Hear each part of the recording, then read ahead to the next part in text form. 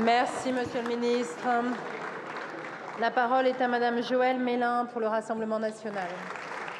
Merci, Madame la Présidente. Tout d'abord, je voudrais, au nom de notre groupe, présenter toute notre solidarité et notre vive émotion à l'égard des victimes et des familles du braquage immonde qui a eu lieu ce matin.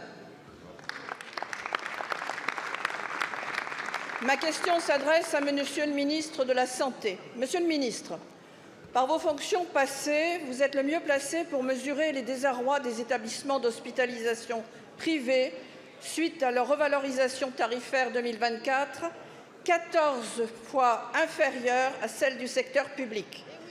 Pourtant, vous connaissez bien leur importance.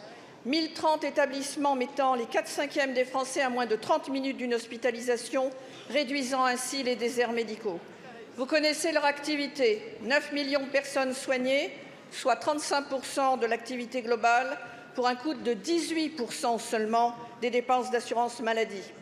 Vous connaissez bien leur résilience pendant et après le Covid, malgré une inflation de 5,2 en 2022 et 4,9 en 2023, qui impacte directement tous les postes de fonctionnement et d'investissement. Vous mesurez bien l'inéquité absolue de votre décision qui fait non seulement imploser la convergence tarifaire public-privé attendue depuis 42 ans, mais surtout mettre totalement à genoux le système privé, lui aussi chargé de délégation de services publics. Alors que cherchez-vous, Monsieur le ministre? Aggraver la situation de surcharge du secteur public? Ne vous inquiétez pas, le 3 juin, jour de la grève, vous en aurez un échantillon. Préparer une vague de financiarisation pour des grands groupes apatrides qui, eux, se moquent totalement de la santé des Français. Présenter des comptes acceptables à l'Union européenne. Alors ma question est la suivante. À la suite de la publication du rapport calamiteux de certification des comptes de la sécurité sociale 2024, ne pensez-vous pas qu'il est temps de changer de logiciel et plutôt que de raboter tous les budgets, faire enfin les comptes sincères et respecter les réserves majeures de la Cour des comptes? Merci, Madame la députée. La parole est à Monsieur Frédéric Valletoux, ministre de la Santé et de la Prévention.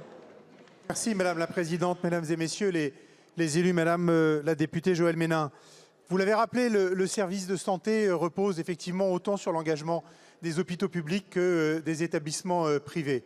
Et je n'ai pas besoin des chiffres que vous avez rappelés pour effectivement connaître, comme l'ensemble du gouvernement et de cette majorité, l'importance de l'offre privée. Et c'est pour ça que depuis des années, et laissez-moi aussi vous donner quelques chiffres, ce gouvernement, comme les gouvernements précédents, comme toute cette majorité, ont toujours accompagné l'activité privée. C'est 3,5 milliards d'euros qui ont été donnés depuis 2019 aux établissements privés pour accompagner leur déploiement. C'est 300 millions d'euros qui ont été donnés l'année dernière aux établissements privés lorsqu'effectivement il y a eu des dépassements d'activité de leur part et l'assurance maladie a accompagné les dépassements d'activité de leur part. Ils ont émargé à l'enveloppe de 500 millions d'euros qu'a décidé le Premier ministre au mois de février pour accompagner les établissements publics comme privés pour faire face à l'inflation. Et l'année dernière, les tarifs du privé ont augmenté de près de 5%, vous le savez.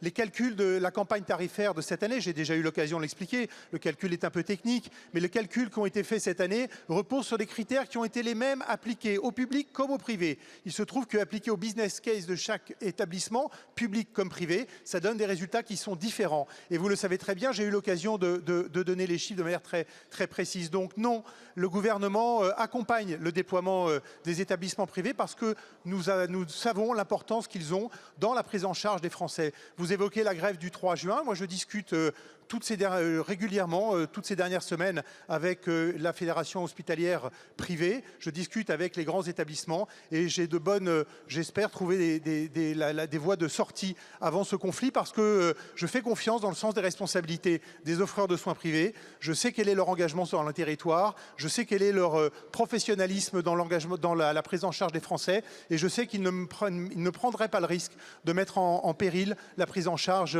des Français. Merci beaucoup, Monsieur le ministre.